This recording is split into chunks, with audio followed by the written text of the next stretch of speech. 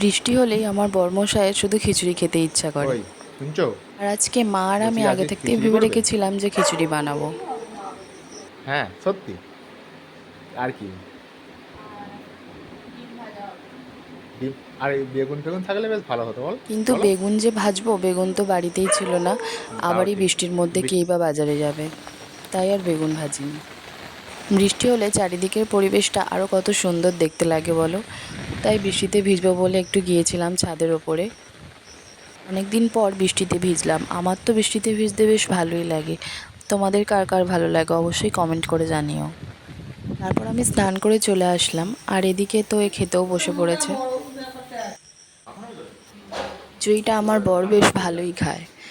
আমার অতটাও ভালো লাগে না, কিন্তু বৃষ্টির সময় খেতে ভালোই লাগে।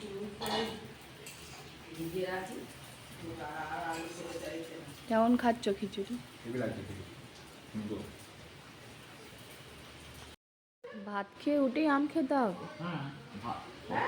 তো বন্ধুরা, এই ছিল আজকে আমার মিনি ব্লগ। তোমাদের কেমন লাগলো ভিডিওটা অবশ্যই কমেন্ট করে জানিও।